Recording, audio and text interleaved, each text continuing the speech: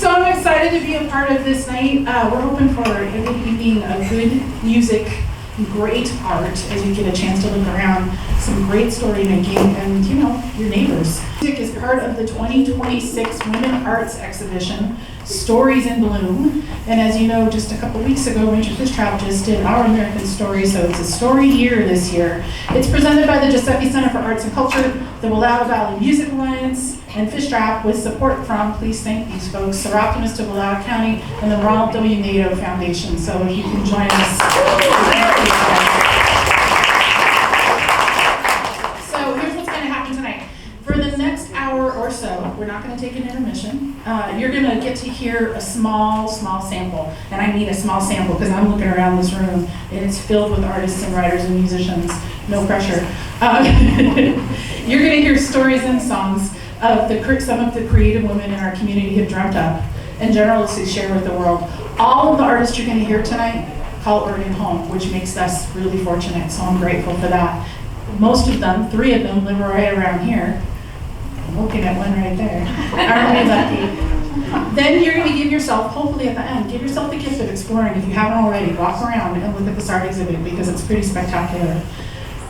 The 2026 Women's Art Exhibition, Stories in Bloom, is on display in the gallery from, it started on February 27th through April 4th. So if you don't have time tonight, come back and come check it out. And 2 of our performers have art in the show. So Zani and Janice both are multi-talented people who make us all feel small. So we're gonna hear from a mixture of stories and music tonight. I'm gonna come in and help you kind of guide you to the next thing. But mostly what I want you to do is sit back, forget about the outside world, be present, be here. Judy's here, that makes my heart happy.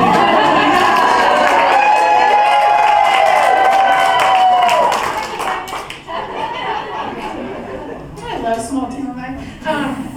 And just be here, be with the folks that you're in community, so enjoy that. So let's get started with some music. You ready? So Sister Siren, also known probably in the rest of her life as Holly Sorensen, is from LeGrand. She has appeared with local lineups like Bag of Hammers, the Wasteland Kings, and the Depot Street Syncopators. As a solo project, Sister Siren blends alternative 90s grunge, blues, and folk styles backed by her ukulele. Please join me in welcoming Holly to the stage. I think I'm going to open a song with a very woman-themed kind of song because I think a lot of women are pretty pissed off right now. So I'm going to start this song off. It's called These Times, and I wrote it during the height of the pandemic years, and I just feel like every year it continues to be more and more relevant. So I'll give you These Times. And I'm going to rip off Pink Floyd a little bit during this rendition tonight. So.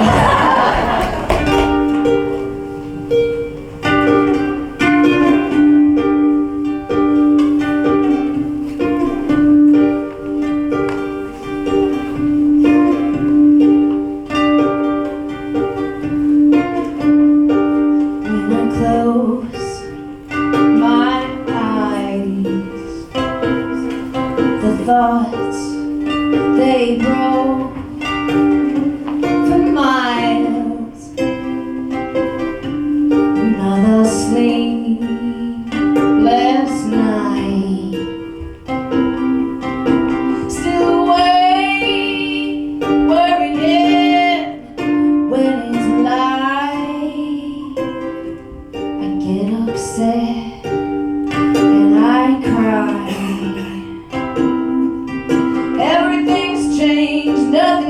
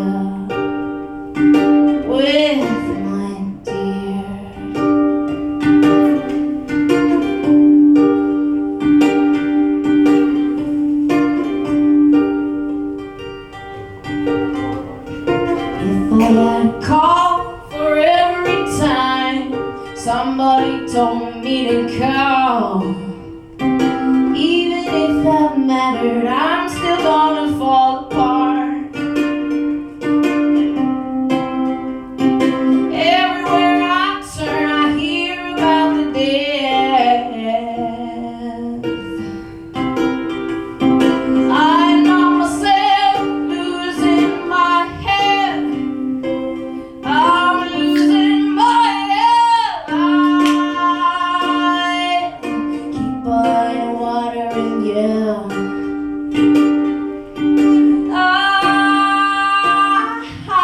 keep on watering you.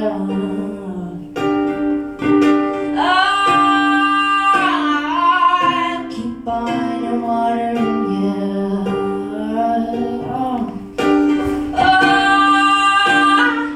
I'll keep on watering you with my dear.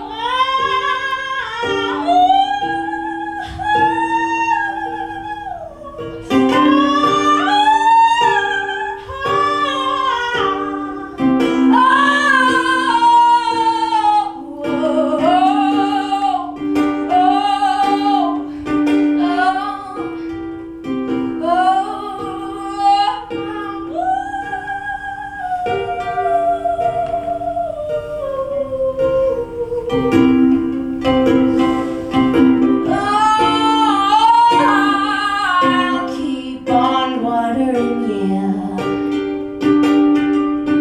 I'll keep on watering you. I'll keep on watering you.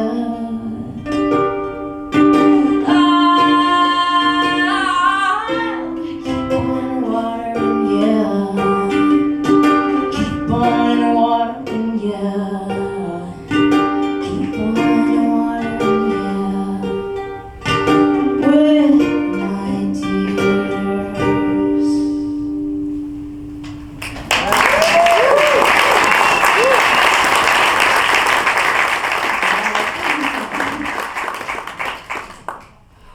Okay. So now I'm going to do a song that I wrote just a couple years ago. This was a particular year. I had a couple of good friends who asked me to sing at funeral services for their loved ones who had passed on. And I kind of realized I kind of have a preference to singing at a funeral to celebrate a life over a wedding to celebrate a union. And then that year, I had one of my own aunts pass away, and she actually didn't even have a funeral. And I come from an LDS family, and she was a lesbian, and she was kind of a black sheep in the family. And I remember trying to kind of say, sorry to my dad for his loss, and he's just kind of like, oh, she never found her compass. So this is for my Aunt Sharon. It's called Funeral Singer.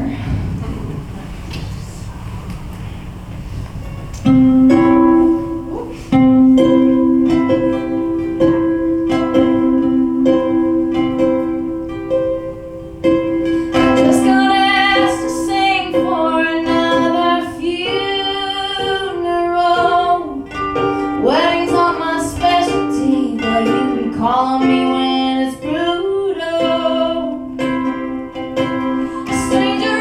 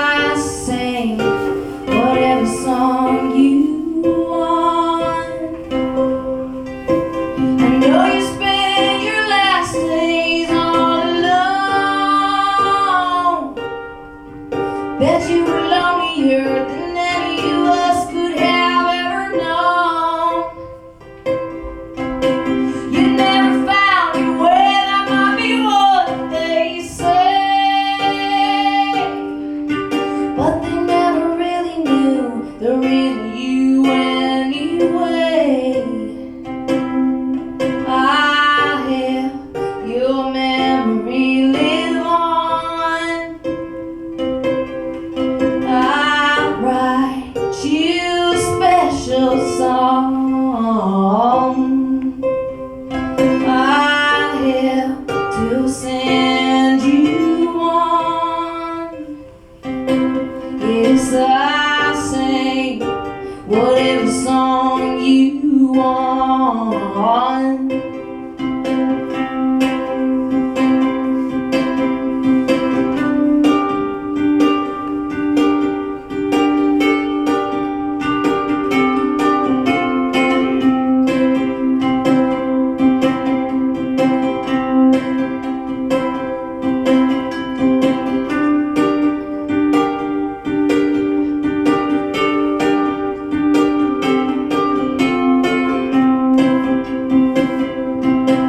Yes, I have your memory live on, and I'll write you a special song. I have to send you one. Yes, I sing whatever song you want. Yeah, I sing whatever song you want. I sing whatever song you want.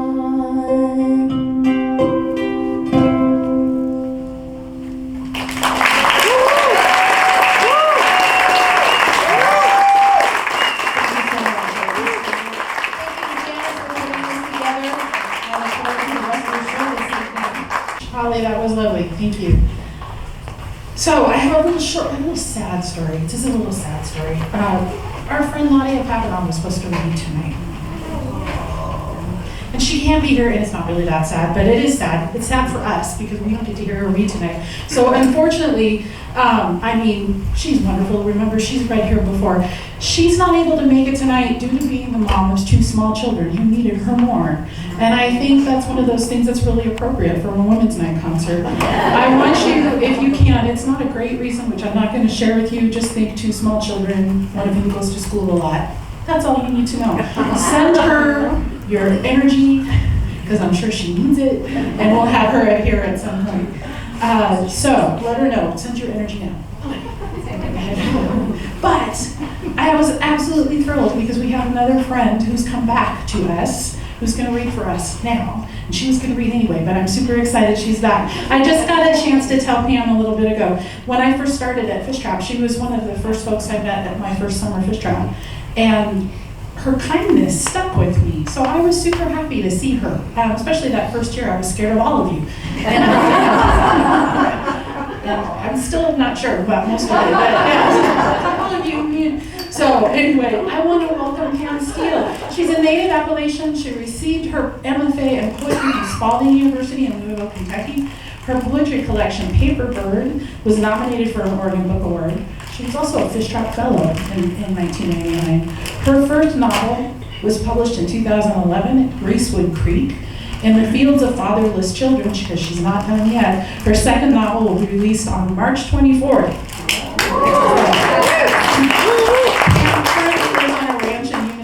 Oregon, I think, or Umatilla County. I think our job tonight is to convince her to come back. So please welcome Pam Steele. The sponsors, Fish Trap, the Josephy Center, the Ohio Valley Music Alliance, and everyone else who made this possible. And why? Saying that, I want to say that I didn't live here while I wrote this book, but I could not have done it without my Ohio County people believing in me. The book does come out on March 24th, and you'll see me reading from an advanced reading copy. This is not the cover that we went with, so it will look a little different in the bookstore. And I think there's a bookstore here, right? I dedicated this book to Beulah Winans, who some of you may know.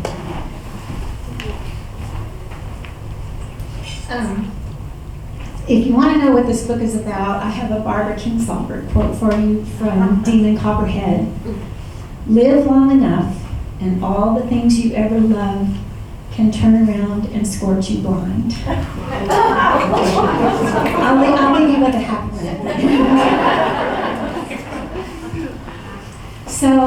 I knew what I was reading, and on the drive up here I thought, no. I was all prepared, I practiced, I timed, and then I thought, this is Women's Month. Let's talk about women, right? And the book is set in Appalachia in the late 1960s with the Vietnam War as the backdrop. The main character is June, a 17-year-old girl, lives in a holler, and she becomes pregnant by the son of a man her father despises. And I don't want to tell you too much about it, but her stepfather is really, really not a nice guy, and he actually, after the baby is born, takes it and leaves it in a gas station. So, we have lots of ghosts in this book, and this first little section that I'm going to read to you is Granny Justice, June's grandmother, and I'm going to read it in the dialect. And I have to say that while rushing to finish this book and finally hearing Granny's voice, my accent came back. So. Granny Justice. They's things that can only be knowed in the blood, the memories, Mommy used to call it, a wordless knowing passed down through the generations. Things experienced in older times and languages that come back to us in dreams, like we ourselves had lived them. Familiar frozen battlefields, dolls lost and found again, the way sunlight lays on the wooden floor plank. When I was yet living, I tried to feature what it would have been like for June if things hadn't turned out the way they did. I let myself imagine her going to town, sometimes sensing grace before she actually seen her, electric hum on the back of her neck, or the momentary picture of a raw green leaf turning and turning in the cold black water. When she would look up, she would find the girl, her own child, almost a woman by then, standing in a store aisle or walking toward her on a sidewalk, beautiful in the awkwardness of her age, her dark hair veil over the scar that still yet cuts through her right eyebrow.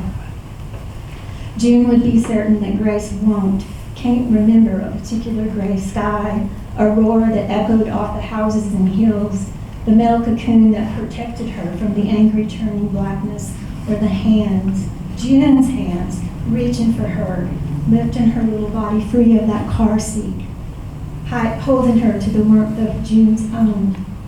There would be times she'd come so close June might touch her, so near as to stop June dead for fear Grace might reach through the ether between them, and the girl would look up from whatever had her attention, and then nerve to nerve, there would be no way for either of them to turn from the knowing. That were one way of seeing it, I reckon. When you are dead, or in spirit as they say now, you're supposed to know why something or another happened and what will occur next. That ain't the way it goes. The dead have to wait to find out the future, just like the living do. I have to tell you, my voice is shaking. I'm not nervous. I have a little tremor, and I'm told before it's over I'll sound like Katharine Hepburn. So this is written in third person about June. She's pregnant. Her father her brother Tom, whom she's very close to, has just been killed in Vietnam. And so she's trying to navigate living at home without him. June went to the creek with the wishing jar. She'd startled after she and Viv made plans to go away. With the pen and steno pad still embossed with shadows of the letters Bethel had written to Tom. She sat awkward on the bank and wrote her own letter to him, layered her words over her mother's, and then wept as she tucked the folded paper into a knot hole in a tree. When she was all cried out, she curled up on the ground, knees to the expanse of her belly, and dozed. Later, she made a list of girls' names, as Carrie had predicted the sex of her baby, and she knew, she could feel it to be true. She wrote the names of family women and characters from books, tried combinations of given and middle names, realized she never knew any part of JT's real name. Her mind burned through that thought. She willed the baby to be Ellis's. She dumped out the contents of the wishing jar, among them a piece of rock quartz, a folded dollar bill, the hollow wing bones of a bird, and used her fingers to scoop dirt into its opening. When it was half full, she screwed on the cap and ring and set it aside to take home with her to hide beneath her bed. Soil for her baby to stand on. She studied her streaked fingers and recalled the colored layers of dirt on the walls of Tom's grave, the dank, sweet smell that rose up from the ground. Thinking of Tom unsettled a pebble in her throat, sent it sinking into her chest. She thought she might be sick. More tears welled and slid down her face. Above her, dry, dying leaves floated on a pond of sky. The world was upside down and would never be right again. When they were kids, June and Tom would go into the woods to explore or dam up the creek with chunks of glinting sandstone until it formed a knee-deep pool. If it was too cold to swim, they floated leaf boats and stick rafts that threw rocks at them while Tom yelled, "Strafe 'em!" They played Indians, pretending to stalk game, cooked their imaginary kills over flameless fires made of piled up twigs, or they hunted for arrowheads. The best time for finding them, Tom told her, was after a storm, when they'd tumble down the holler in the churning water and caught on a sandbar. Tom had been better at finding them than June, and most of those still in the lard can under her bed had belonged to him. He spotted them by crawling along the creek bank, while June wandered upright, distracted by animate things, wildflowers and bugs. Tom had studied the scrapers and points, cataloged them, knew each by its heft and edge. He was so adept that he was able to identify them as soon as he picked them from the dirt or the water. Before he pocketed an arrowhead, he'd hold it up and describe its features, imitating the announcer on Mutual of Omaha's Wild Kingdom. This here's a Hardaway side notch. This Southern Appalachian artifact is composed of jasper. It's from the Middle Archaic period. June brought her fingers to her face, sniffed the dirt that was a time capsule filled with things so much older than her and Tom, or Isom and Bethel, older still than Great Granny McCoy and all the ones before her. When she was young, she would sometimes lie on her stomach in the yard and pull clumps of grass to expose a few inches of ground. She watched ants carry their loads, wheat crumbs, grains of sand, in and out of the frame of that tiny world into which she peered. She wondered at the scale of it all, how tall the surrounding forest of grass must have seemed to the ants, wondered whether they even knew or cared that she was there, or whether they were aware of the hovering sky so high above them. Thinking of all of this, the sudden pulling back of the leaves to the trees and mountains around her had made June herself feel small, that only she possessed the knowledge of this secret world. The first time she had eaten dirt was a few days before. She'd been puzzled to find herself digging a tiny hole in the yard with a spoon, bringing the soil to her lips. She let her tongue taste last summer's rain from the time before there was a baby, before Tom and Ellis were gone.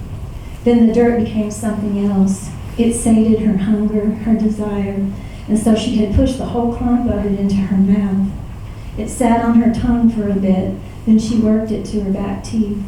In the chewing of it, she learned it, recognized the stones that had made it, the wind and water that had worn it down into the thing that it now was. Then she swallowed it, took all of it into her, took in the crumbled twig and bone of everything that had lived on this creek. She tasted the bones of her ancestors.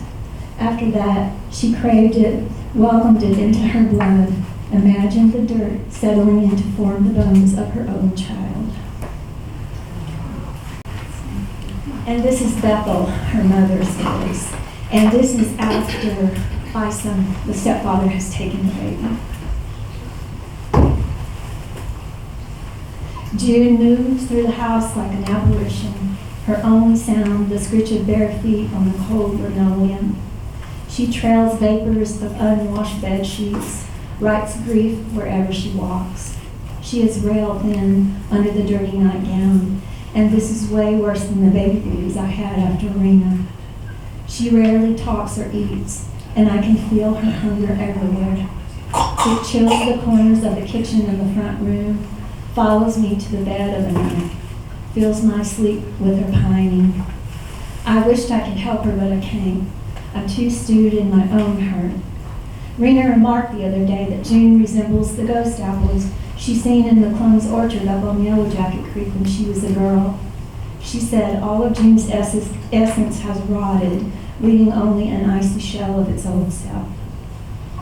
I know Isom feels June's hunger too, for most times he is sullen, even with the baby gone and his problems solved.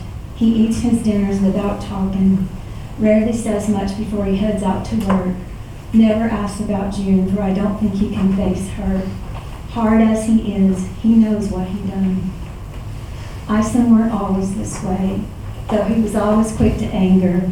He hardened over the years, same as his lungs. Each blow the Lord put him on slowed him a little more. First he lost his daddy, then Garvin, and soon after Tom. If he grieved over the baby we lost when he was first married, nobody else knows about that. He never let on. All the same, time has took more and more from him, and June getting pregnant by the Acres boy just about done him in. A person can only stand so much. Eventually, all that hurt turns to anger because that's the easiest road. I live between the two of them, daughter and husband, one drawn back into herself and one coiled like a snake that can't help but strike. I go through this hard winter, washing, cooking, breaking the skin of ice on the rain barrel. I hang basil over the door, but the haints are already inside the house. I gather up charms, but I can't mend what's broke. And as promised, I'll leave you with a happy quote. This is Wendell Berry. We share an editor, by the way. From J.K. Crow, one of my favorite Berry girls. But love, sooner or later, forces us out of time, of all that we feel and do, all the virtues and all the sins. Love alone crowds us at last over the edge of the world. Thank you. Thank you so much. Come home. We miss you. Just come home more often. How's that? That would be great. So I just wanted to tell you, I did a little research into the history of International Women's Month because I thought that would be appropriate. And I was not totally surprised to find that the history is not very long. While there were International Women's Days events as far back as 1911, which the older I get, I realize is not that long ago, the first full month observation was declared in the United States in 1987. It exists here, which is actually, as a positive thing, was one of the first countries in the world that actually acknowledged an International Women's Month, so we'll give us that. It exists here as a result of, this will be a shock, an annual presidential proclamation, usually with the theme. And I thought I'd share you with this year's theme is Leading the Change, Women Shaping a Sustainable Future. Oh, I'll leave you to think about what that might mean. So why do we need a Women's Month? How many of you heard in your life the oh so lovely, why isn't there a Men's Month? I'll leave that there too. So, men, just breathe, you'll be fine. It's gonna be okay. Inspired by Jason Graham, I worked this job a couple of weeks ago. I want to ask you to think about when was the first time you became conscious of your gender? For my female identifying folks, do you remember the first time someone told you you couldn't do something because you were a girl? I'm hoping some of our younger people here never heard that, but I'm not super hopeful. Did it surprise you? Did it stop you? I'd argue that if it didn't, you have some older women in your life that you need to thank. So I wanted to read you a little excerpt from something I actually wrote from the 2017 Women, Words, and Music event. That's one of my earliest memories of that. When I was a teenager, annual summer trips to Colorado to visit my father were a mixed bag of excitement and confusion. The time I spent alone with Dad was filled with riding horses and motorcycles and funny stories, and his patience and encouragement of my adolescent knowledge level debates about politics and music. The summer Colorado trip in 1984 was about more than just Dad time. I was about to start my senior year, in high school, and the one thing that both my parents not so subtly hoped for was that I'd pick Regis College in Denver, their alma mater, as my first choice, or second. CU Boulder would have been acceptable too. So in a rare moment of collaboration with my parents, it's common in adolescence, I'm sure, they planned college visits for me at both schools. They threw in Denver University for kicks. In between motorcycle tours, horseback riding, and clan dinners, there would be college visits. It was a heady moment for them, the first child of only children of 2 families to go to college. I would be going to college. Cut to a road trip with my Uncle Gale in a Ford. Uncle Gale looked in the rearview mirror and asked me what I'd been up to this trip. I rattled off tales of horseback riding and motorcycle tours and dinners with the clan. We went to Boulder yesterday and toured CU, I said, happy to get a little attention from my uncle, whom I'd secretly adored forever. He had always been kind to me, even asking me about my mom, when no one else was in the room. We're looking at Regis on Monday, I said. That's where Dad went. I swear I saw my father actually get taller and glow from the front seat. Then Uncle Gale laughs. Jack, you must have money burning in your pocket to waste it putting on a girl through college. All she's gonna do there is look for a husband. It'd be cheaper to let her live with you and work full time. She should get a job until she gets married like your sisters did. Just a little food. I have a master's degree, by the way. Just So, shall we have some more music? Well, I'm excited about this. With the Karen Ann, I haven't, she's here somewhere. Oh, here she comes. With a voice that's equal part church bell and bourbon barrel, I can't wait. And a gut-punching grit reminiscent of Bonnie Raitt or Grace Potter, Portland-based singer, songwriter, Karen Ann has charmed the audience across the U.S. and beyond for over a decade with her brand of soulful Americana. She's opened for acts like Chris Isaac, Oliver Wood of the Wood Brothers, and Seth Walker, and her songwriting has been recognized at national festivals like the Rocky Mountain Folk Festival, Red Ants Pants Music Festival in Montana, and Tucson Music Festival. Her forthcoming EP, recorded at the historic Muscle Shoals, Alabama, is slated to be released this year. Please welcome Karen Ann to the stage. I played a show last Sunday for the actual March 8th Women's International Month.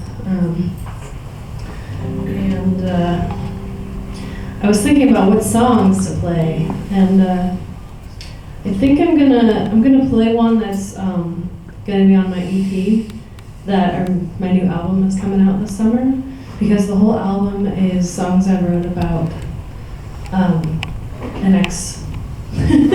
Well, my marriage and subsequent divorce, and but I'm gonna play this song. It's called Muse, because I think it's on point with us sharing art.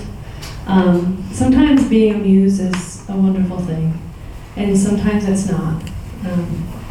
So that's sort of how I explain this.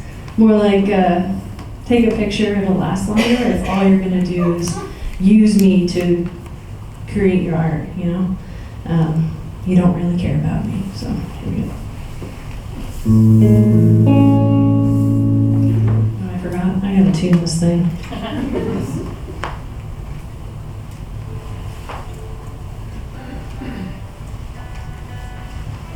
Oh, it's actually right off there. All right, here we go.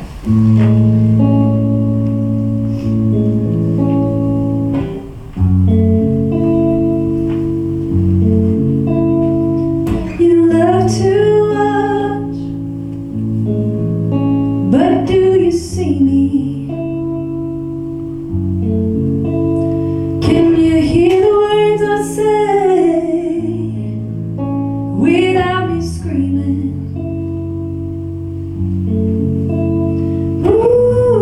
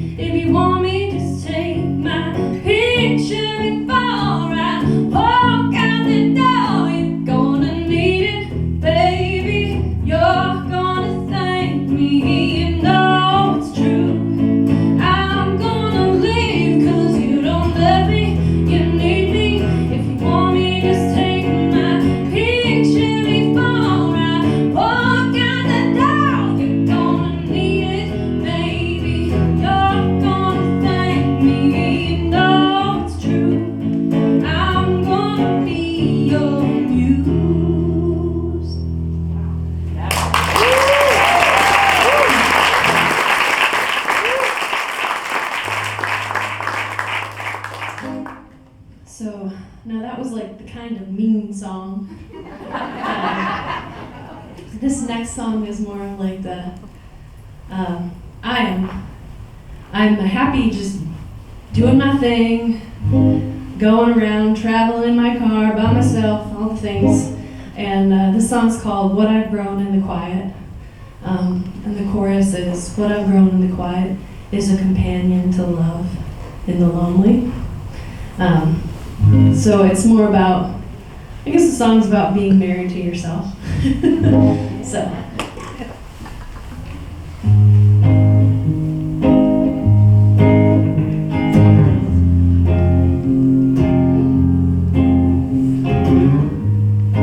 I don't feel the silence anymore. I let it sit beside me guest I've come to welcome. There wasn't a time I thought that love was the prize at the end of all this work, waiting and wanting. What I've grown in the quiet is a companion to love in the lonely, in the lonely. There's a rhythm to this life I have made, and a stillness that I wouldn't trade for all the riches in another's life. For I have loved and I have let go, but have never felt myself more when no one else is around. What I've grown in the silence is a companion to love in the lonely, in the lonely. Sometimes I ache for what others have found, but I breathe a little easier when no one is around.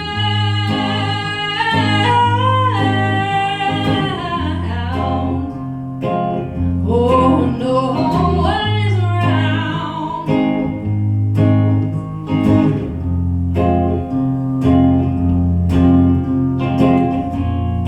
What I've grown in the quiet is a companion to love in the lonely, in the lonely. Oh, and what I've grown in the quiet is a companion to love in the lonely, in the lonely.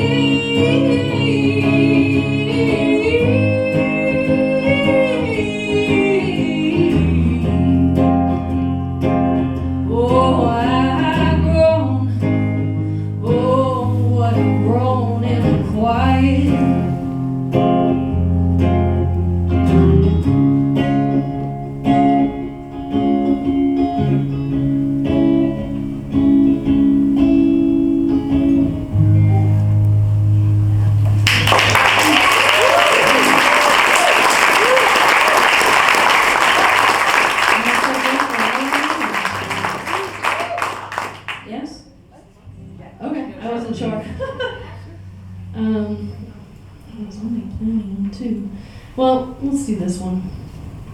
And then this last song, I guess, is my political song. We'll see who gets up and leaves, or we'll see. You gotta test the room sometimes. And yeah. Here we go. The song's called "Who Do You Think You Are?" I feel like I'm pretty okay here. So I wrote this song for a show that I did called "Songs of Power and Protest."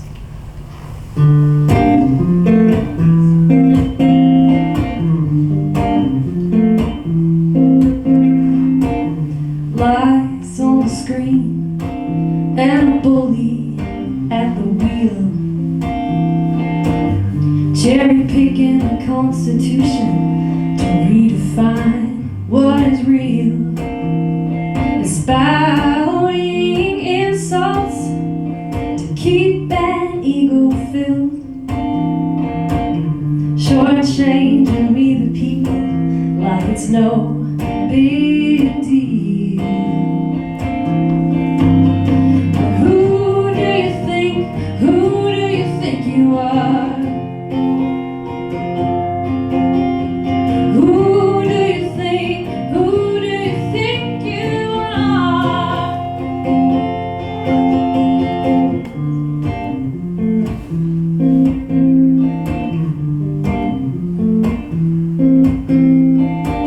Militia on the street, why you the criminal is roaming free? Tax breaks and pardons to the wealthy and elite. Oh, and undermining human moral with force and bigotry, provoking an insurrection instead of admitting defeat. Oh, yeah. Who do you think you are? Who do you think you are? Oh, who do you think you are?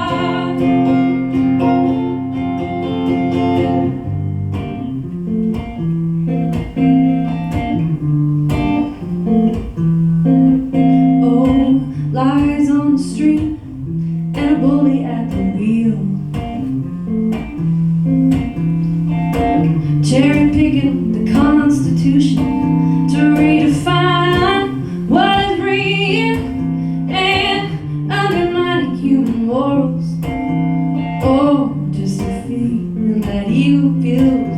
Oh, we the people hold the power and the king ever will. Oh, yeah. Who do you think you are? Who do you think you are? Oh, who do you think you are?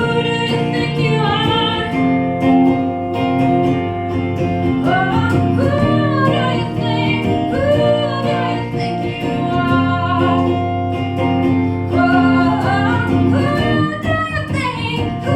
who do you think you are?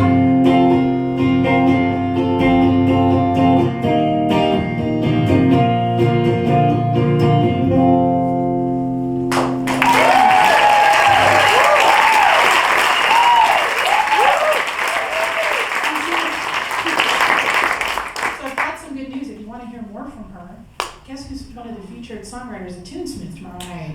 So you can join her and Allison Anders and Corey Oglesby at 7 o'clock tomorrow at Oddfellows. So do it. Show up. Be there. And hear more. Also, I want to let folks know that Willow Valley Music Alliance has, this weekend is their chamber music weekend. They're doing a concert on Sunday at 2 p.m. also at Oddfellows of some of the folks that have are participating in workshops. So lots of music going around in the county this weekend. Hey, guess who's coming next? I'm so excited. Zani Schaffler. is a poet and writer who also makes visual art. These people, and sometimes combines all of them together. She lives in Enterprise with her husband, her dog who is not here, and her 2 cats. Her favorite things are swimming, blueberries, and laughing so hard that sound stops coming out. Please welcome Zana Schaffler to the stage. Thank you guys all for coming. I really appreciate it. And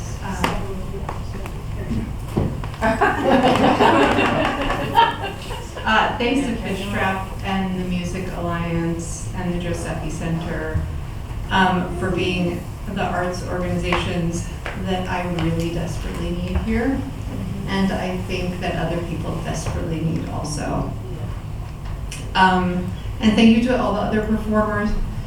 And thank you to Pam Steele, who is my dear friend, and who I got to hear parts of that book when they were just like kernels of little seeds at a big, beautiful ranch in California that we used to go to. And Pam is an amazing writer, and get that book when it comes out. Yeah. I'm going to read 2 poems. They're both epistolary poems, which are letter poems. And they're addressed to my 2 oldest friends, using our nicknames for each other. I do a lot of nicknaming in my life.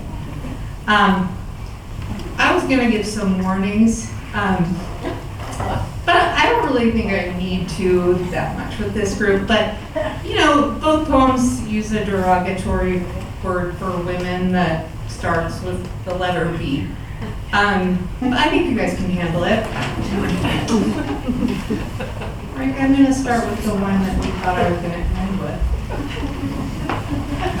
This one uses some slang terms for female body parts and some regular words for female body parts. So if you need to take care of yourselves with those, go ahead and do what you need to do. Dear Rue. Oh, also, there's a person mentioned in this poem, and I have express permission to read this poem tonight. Dear Rue, my friend Jacinda is throwing a party because her uterus is going away soon. It's a goodbye uterus party. They're going in with a knife from the side and pulling out the whole works from the bottom. It's a small party, 5 or 6 women, and I'm supposed to come with thoughts on what it means to be one woman. I don't want to do this part of the party because it makes me feel like hiding and running away. But I love Jacinda, so I'm trying. My answer to the question is sure as hell not having a uterus. The party is in 2 Saturdays. I'm taking dips and crackery things. As the days pass, I dip into thoughts about my downstairs, my bajingo, my mams, and my slams. But there's only one word that comes to me. Bite. I'd like to bring Jacinda something better. Less trite. Less like my stupid crackers. Other people are making actual food. But it just keeps showing up, spelled out in fancy lights, against a black background, announcing itself.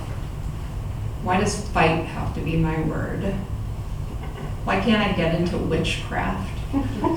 Why haven't I ever learned how to build a website? Why can't I get serious about anything? Why am I so scared of horses?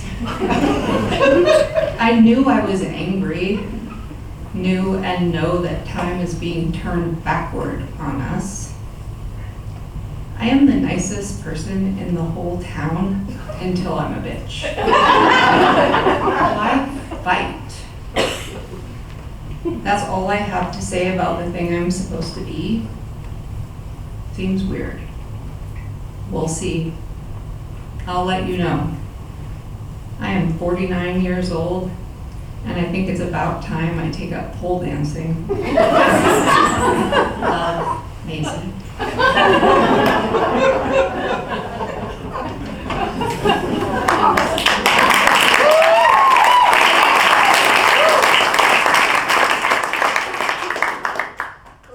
And this one, you need to know a couple things. Gertrude Stein, and you guys might know this all already, but I'll let you know just in case. Gertrude Stein was an avant-garde poet and patron of the arts in the 1920s and 30s and 40s. And Alice B. Toklas was her life partner. Gertrude Stein actually wrote the line, "A rose is a rose is a rose is a rose." And she was very close friends with Ernest Hemingway, who famously and publicly ended their friendship by riffing on Stein's famous line, by writing and publishing, "A bitch is a bitch is a bitch is a bitch," in reference to her. Second thing you need to know, Fluvogs is a brand of pretty expensive, weird, and kind of hip shoes that I used to think I could afford. And the third thing is Ferdinand is our dog. Dear Beetle, there's this Gertrude Stein quote. "I like a view, but I like to sit with my back turned to it." And I've been trying to work it into a poem for the last 19 years. Gertrude Stein, like me, was an Aquarius. And no, I don't know what it means to be an Aquarius, other than I want special attention for it, and for it to reveal something profound about me that I don't yet understand. Is that how you feel about being a Libra? I know you're special. Could point to 44 years worth of examples, not the least of which is the way in 4th grade you would look at yourself in the mirror and kind of give yourself the eye, saying, "I'm a cool cat." Yeah, I'm a cool cat. But this poem I've been trying to write, yes, for 19 years. We are that old. I remember starting it in a sheep barn when I was 30, trying to write something original about the way the light hit the trees that flank Lime Quarry Road. It's hard to write something original about light hitting anything. But I remember some of the shirts I wore that summer, and I still have my olive green Fluvogs. Fear I'll never have another pair of shoes as cool as those. And I run into that old poem when I search for other files. So 2 or 3 times a year, I take it out and mess around with the line breaks. It's fractured, tangential, broken to the point of disfiguration, and I can't remember what it's supposed to be about, if anything. Lately, I've been thinking about Stein and Alice B. so much. I don't know why. Maybe because everyone called Stein a bitch, and I feel like I'm turning more and more into one. Maybe because there's this beautiful standard poodle that walks around the grounds of the hospital when I'm walking Ferdinand. I told you Stein and Toklas kept 3 successive white standards, all named Basket, yes? They walked the dogs on the cobbled streets of the left bank by day and held salons by night. Matisse, Pound, Picasso, all the others, and the problem of Hemingway. A rose is a rose is a rose is a rose. A bitch is a bitch is a bitch is a bitch. And that other quote, "I like a view, but I like to sit with my back turned to it." I feel like I get it. I've always hated looking out at landscapes with people who need to declare the beauty aloud, as if I hadn't also noticed. But Beetle, it's every single person. Oh my God, it's so beautiful. I don't need a narrator. Maybe a view is better with your back to it, or a little out of reach. Maybe better alone. Maybe it's better to be a bitch. Hemingway tried to get the last word about his friend. He didn't. Just now, I did. Love songs. So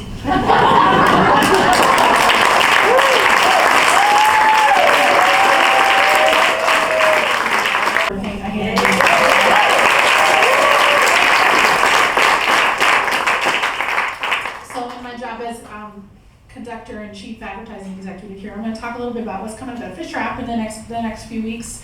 Our next fireside is April 3rd, and it's a special one. We have gone to the local schools and asked them to send us a writer. So each of the local high schools that allow Josephy Enterprise have chosen a writer themselves. We have not picked them, and they have their own criteria. So we have 3 young women who will be reading at Fireside on the 7th. Come. We want this to feel for them as special as it is for the rest of you who got to come and enjoy that evening.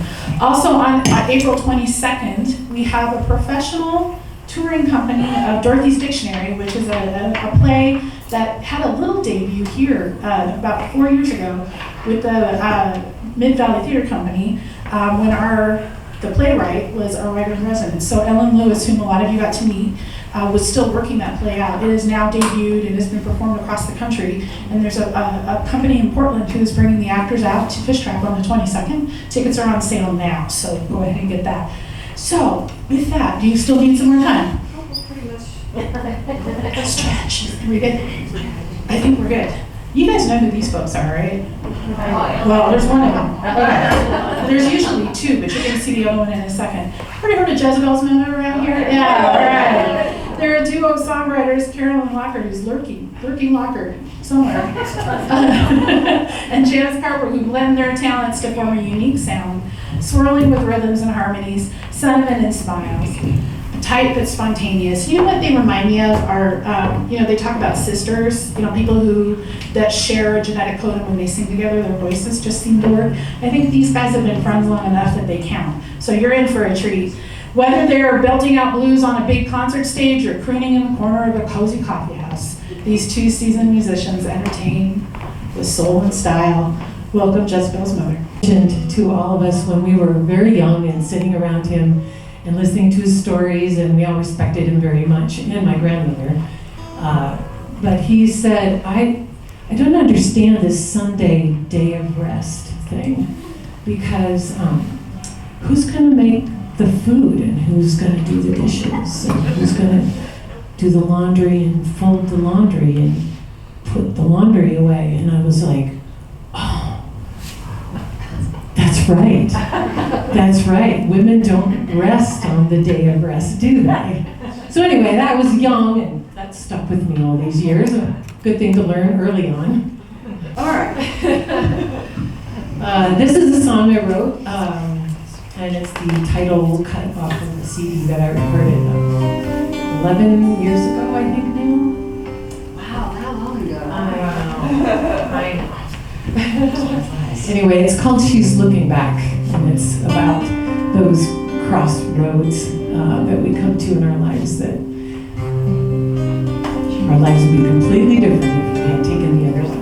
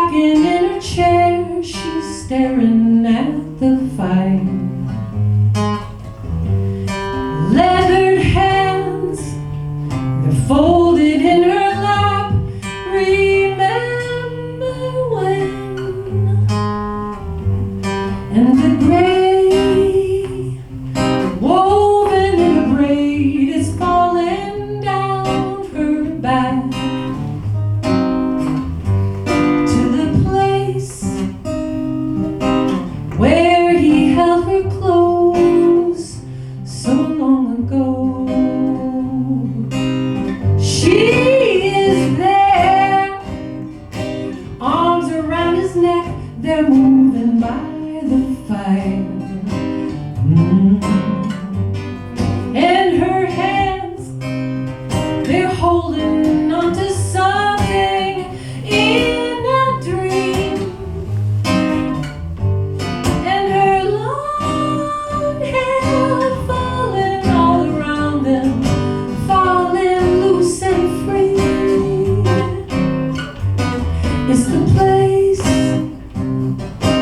where they fell in love so long ago.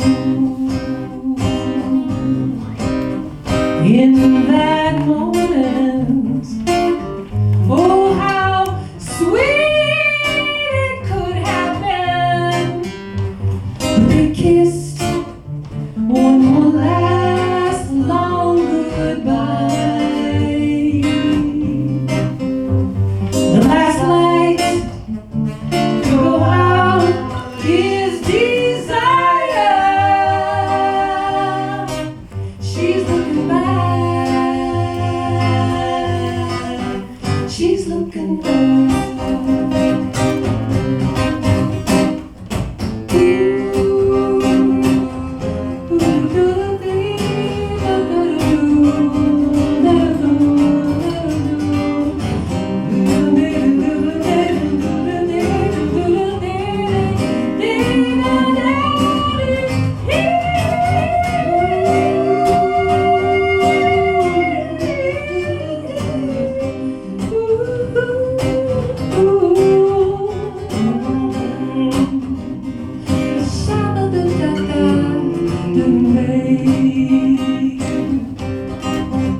In that moment, oh how sweet it could have been. That they kissed one more last long goodbye. The last light to go out is desire. She's looking back. She's looking back. She's looking back. She's looking back. She's looking back. She's looking back.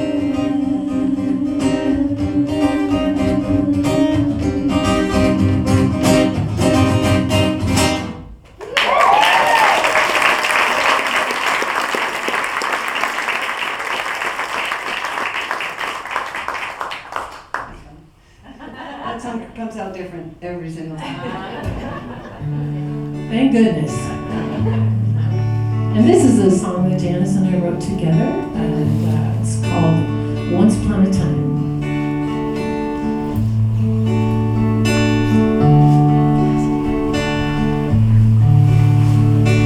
Once upon a time, there was a honeysuckle vine on the fence that ran behind your old place.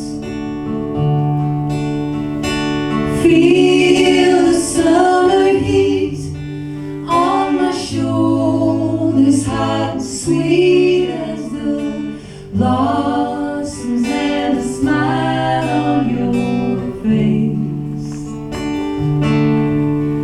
As the blossoms and the smile on your face. Me and Julianne played hide and seek and kicked the can in the darkness. We would laugh till we cried, till we couldn't hear ourselves.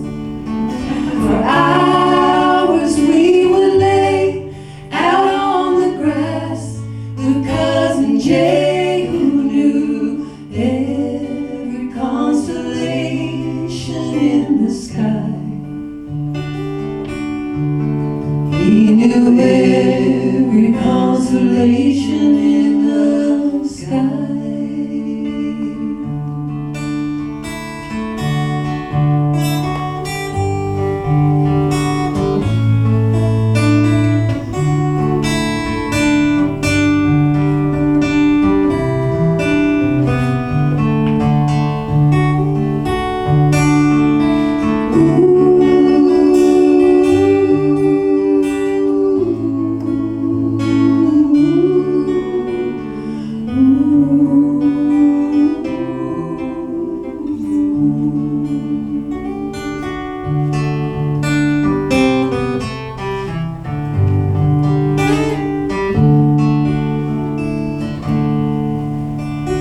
Now the memories of our growing pains and blooming love washing over in a flood fade to dust. And how were we to know that every trail will lead us home? Every light along the road shines for us.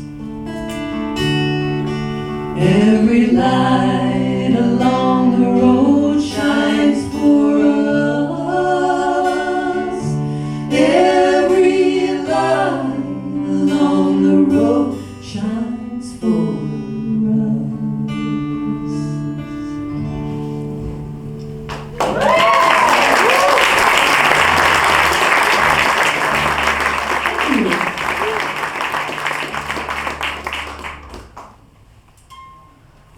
You guys are the best crowd. I just realized that had both grow and bloom, like in there, like the actual lyrics. I was like, oh, well, we thought it was a good song for this show, but not literally. Janice wrote the lyrics for that song, by the way. And I wrote this song many years ago, but I won't explain it. Oh, go ahead. Well, no, I wrote it about Carolyn. It was a breakup song, right? And it wasn't my breakup. No. That was like, most of them are about my breakups. That's my breakup. It's called Don't Bring Her Roses.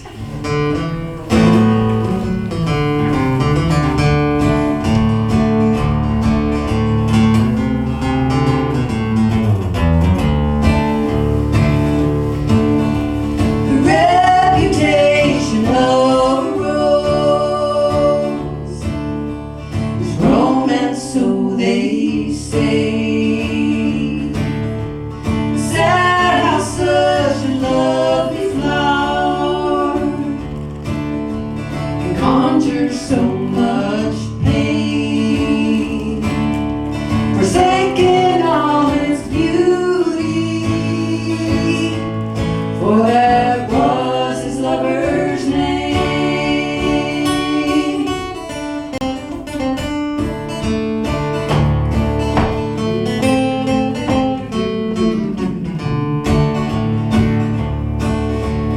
Poppies in the morning bring a smile to her face. Dance with her evergreens among the queen and slaves. Share the honeysuckle wild, savoring the taste, but just don't bring her roses.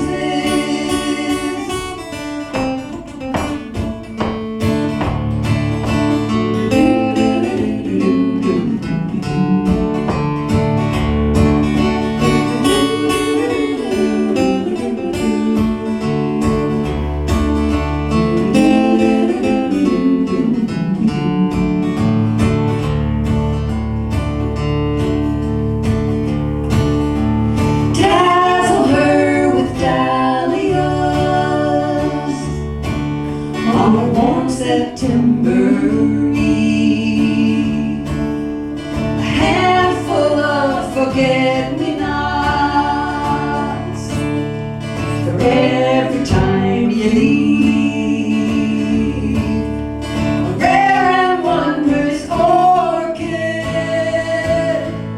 for those big apologies, but just don't bring her roses.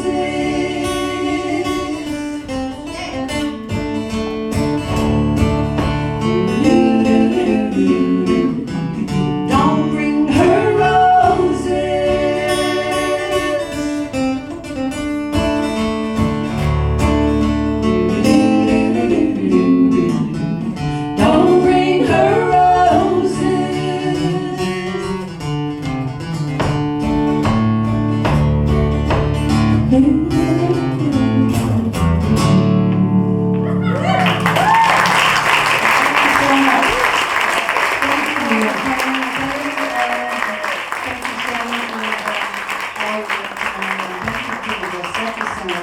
having a space for us to do this show here, and we really appreciate it.